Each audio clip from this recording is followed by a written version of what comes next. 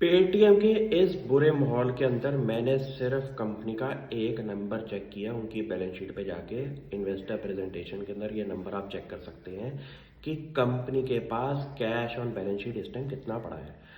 Company के पास आज की डेट में 8900 करोड़ कैश पड़ा हुआ है, जो कि उन्होंने आईपीओ के टाइम पे रेज किया था पैसा। ये कैलकुलेशन कंपनी की मार्केट कैप पे लगाइए, जो कि ऑल टाइम लो पे लगभग 20,000 करोड़ के आसपास की आ चुकी थी। ये कैलकुलेशन करनी इसलिए इम्पोर्टेंट है, क्यों? क्योंकि आपको ये समझ में आ जाएगा कि अगर कंपनी का कैश आप हटा दो मार्केट कैप से, 10,000 करोड़ पे ये कंपनी एक टाइम पे अवेलेबल थी। और आप कंपनी के बिजनेस ऑफरिंग्स को चेक करिए, 10 करोड़ से ज़्यादा लोगों के फ़ोन में पेटीएम है, जो कि वो एक महीने में एक बारी भी यूज़ करें। तो आप हिसाब किताब लगाइए कंपनी की लेंथ और ब्रेथ का क्या हिसाब है। आपको जजमेंट करने से पहले एक बार ही सोचना चाहिए, जो उनका बिजनेस बंद हुआ है उसका फायदा और नुकसान की कैलकुलेशन उसके शेयर प्राइस पे आ चुकी है, जो कि मोर देन 50% का डिक्लाइन आ चुका है। कंपनी के मैनेजमेंट ने बिजनेस के अंदर भी इतना डिक्लाइन के आसपास की बात करी हुई है। ये होगी एक बात कि कंपनी अगर इस माहौल में फॉल में बैठी हुई है और बिजनेस भी फॉल में आया हुआ है, तो नंबर जो हैं वो आपके फेयर वैल्यू पे खड़े हो चुके हैं। आप ये सोचिए, किसी बड़े प्लेयर को आज की डेट में इंडिया के अंदर फिनटेक स्पेस के अंदर एंट्री लेनी है, तो उसके लिए फिनटेक स्पेस के अंदर इंडिया के बिगेस्ट प्लेयर जो कि पेटीएम है, उसके साथ जुड़ के क्या बढ़िया बात हो सकती है इस कंपनी के लिए। कंपनी की मैनेजमेंट ने जल्द से जल्द अपना पेमेंट्स बिजनेस, जो कि आने वाले फ्यूचर में बंद होने वाला है, उसकी कोलैबोरेशन एक्सिस बैंक के लिए कर दी है।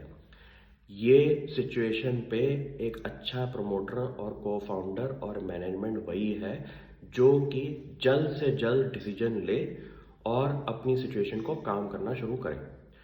कंपनी की मैनेजमेंट ने मार्केटिंग एफर्ट्स करके हर जगह पे अपना ये प्रूव कर दिया है ऑडियंस के लिए कि उनके साउंड बॉक्स, क्यूआर कोड्स, जितनी भी फैसिलिटीज़ है वो फ्यूचर में भी एप्लीकेबल रहेंगी। ऐसा अफवाहों में मत आइए कि पेमेंट्स बैंक कंपनी का अगर बंद हो रहा है तो उसका सोल्यूशन कंपनी ने एक्सिस बैंक के साथ निकाल दिया है।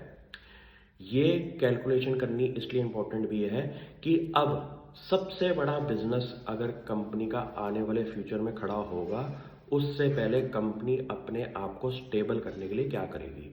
सबसे पहले एक नंबर पे आप कैलकुलेशन करिए, कंपनी की बैलेंस शीट, इनकम स्टेटमेंट के नंबर्स को खोल के देखें।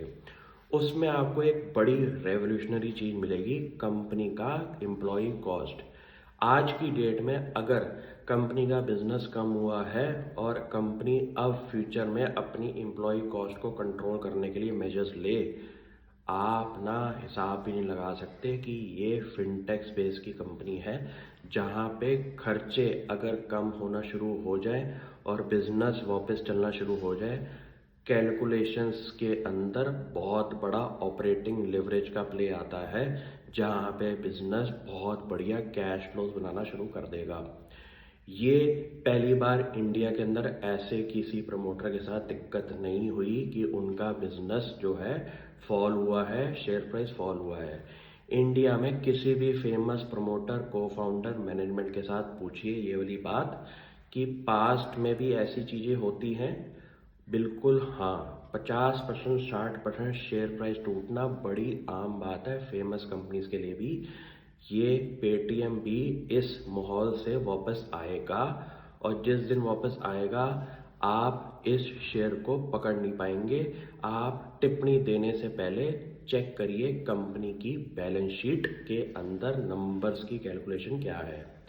आज पेटीएम इस माहौल में बैठा हुआ है जहां पे उसने फास्ट डिसीजन लेके एक्सिस बैंक के साथ अपना जो टाई अप किया है उसके आफ्टर इफेक्ट्स कंपनी को बाद में जाके मिलेंगे, क्योंकि कंपनी ने अपने बिजनेस मॉडल को चेंज किया है।